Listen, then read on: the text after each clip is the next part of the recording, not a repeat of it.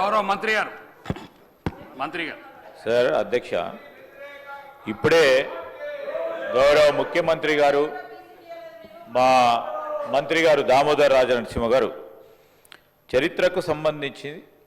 ఒక మార్పు, ఆ మార్పు కనబడతా ఉన్న సందర్భంలో వారు అసలు దీనికి సపోర్ట్ చేస్తూ ఉన్నారా వ్యతిరేకిస్తూ ఉన్నారా అని చెప్పకుండా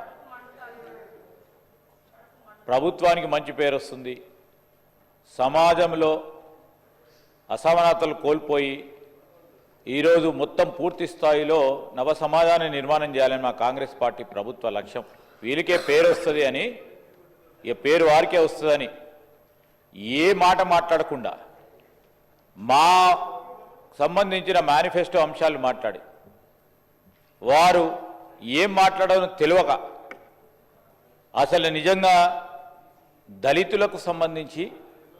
వారు ఏ విధంగా రాబోయే కాలంలో ఆర్థిక పరంగా, సామాజిక పరంగా, విద్యాపరంగా ఏ విధమైన ఆలోచన ఇంకా చేస్తే బాగుంటుందని ఒక ఆలోచనలు ఇస్తారని అనుకున్న కేటీఆర్ గారు.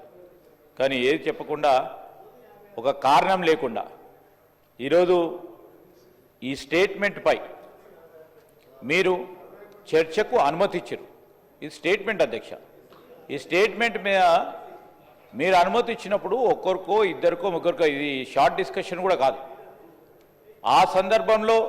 స్పీకర్గా ఉన్న మరి ఆ చైర్లో కూర్చున్నప్పుడు వారు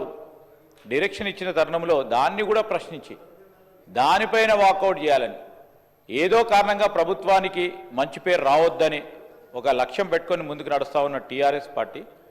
ప్రజలే జవాబు చెప్తారు అని చేస్తూ ఇప్పటికైనా